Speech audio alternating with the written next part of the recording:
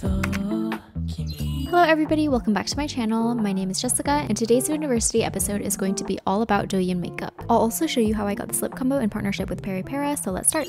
Douyin makeup refers to the bold, glittery makeup originally characteristic to the app called Douyin, which is Chinese TikTok. However, Douyin makeup has evolved to encompass many different styles of makeup popular in China over the years, so nowadays it's often referred to as simply Chinese makeup. I'll use both terms interchangeably for this video. Another thing I think is important to note is the difference between Chinese and Korean makeup, since they often get confused on TikTok. While Korean makeup usually emphasizes a soft and natural look, Chinese makeup takes a much more artistic approach with a stronger use of contrast. The contour style reminds me so much of Netflix's Arcane, and honestly I feel like this makeup style makes you look like AI, and a huge part of this is in the flawless base, so let's start there. Douyin base makeup is always very matte and full coverage. Even with a glowy makeup look, the base stays matte and poreless. So I'm starting with this Judydoll foundation. This foundation photographs really well and is super full coverage, but it can get cakey and it does feel heavier, so I'm not using concealer with it. Next, I'm using a brightening loose powder to set the foundation. This is a crucial step since it'll give you that smooth, doll-like matte skin and prevent the foundation from transferring.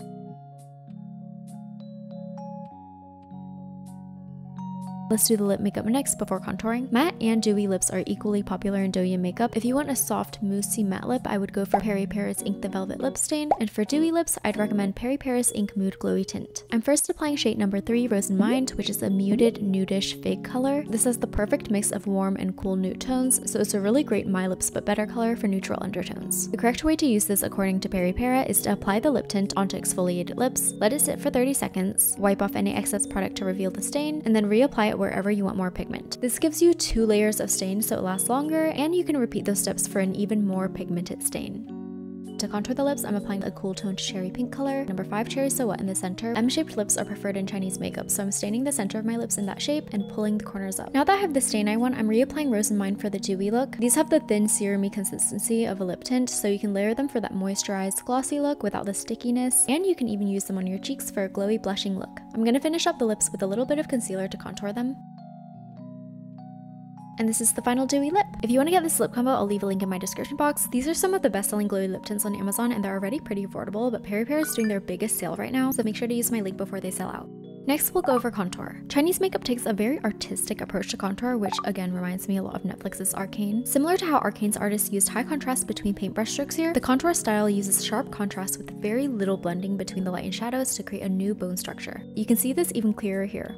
Using a painting or a cartoon as a reference when it comes to Douyin makeup is great because it'll give you a pretty good idea of where the contour and highlights are supposed to go. Of course, you can customize this based on your features, but here's where I'll be contouring. This makes a huge difference in adding dimension to your face, especially if you have flatter features. Starting with a cool toned sculpting powder, I'm contouring the lips, nose, and brow bone, and then blending the blush into the contour to add a more realistic warmth. You don't want to blend the contour out too much, it should look slightly harsh.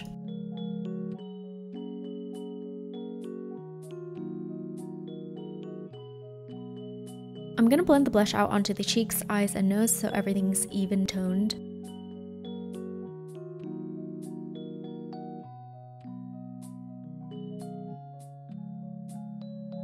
Now it's time to add highlights, so take a matte brightening powder and start carving out the new bone structure. This powder we're using should not be shimmery, it should be a completely matte powder that's brighter than your skin tone.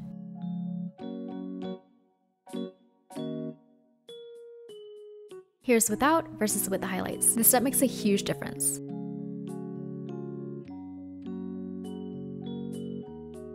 I'm also using the brightening powder to draw a small rectangle on the tip of my nose, and then using a shimmery highlighter on the top half of that rectangle. It should be rectangular, not circular, because we want harsh lines here. I'm also using the highlighter on the very inner corners of my eyes. Moving on to the eyes, I'm starting with double eyelid tape. I do already have double eyelids, but they're slightly hooded on the outer corner, so I'm applying the tape there to lift the hooded area. We want the eyes to look big and elongated, so I'm outlining the inner corner and sketching out a wing.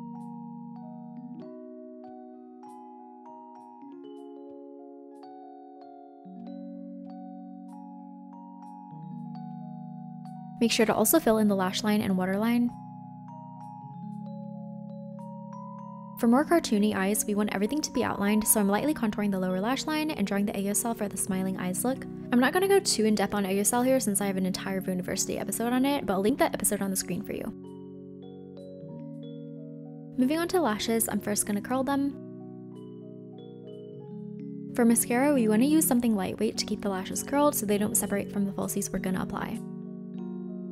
It's super important to use false lashes that have thick sections like this for Douyin makeup. These give your eyes a more drawn-on look since you can see the individual separated lashes. I like using these strip lashes because they're so quick to apply. You can also use individual lashes to customize it more to your eye shape, but it does take a lot of time and patience. For lower lashes, I'm using a lengthening mascara and then pinching them into separate sections.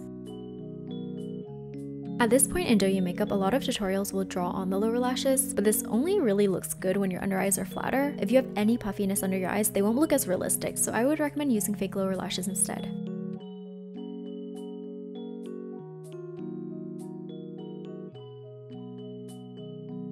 Since we want the attention on the eyes, we're going to keep the brows pretty light and natural.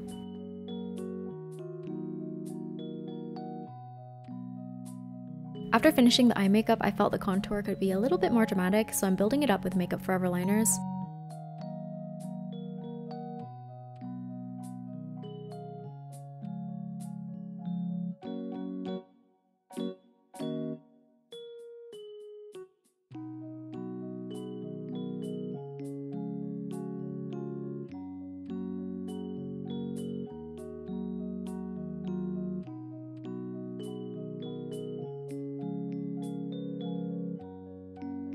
And then this is optional, but I added some beauty marks.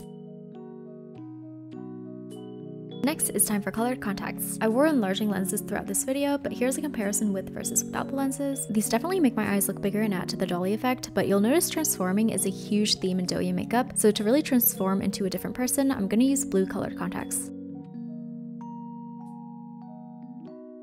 Here's a comparison. If you compare my natural pupil to the blue colored contact, you'll notice even these are slightly enlarging. This is honestly necessary when it comes to light colored contacts because lighter colors usually make your eyes look smaller, so this combats that effect.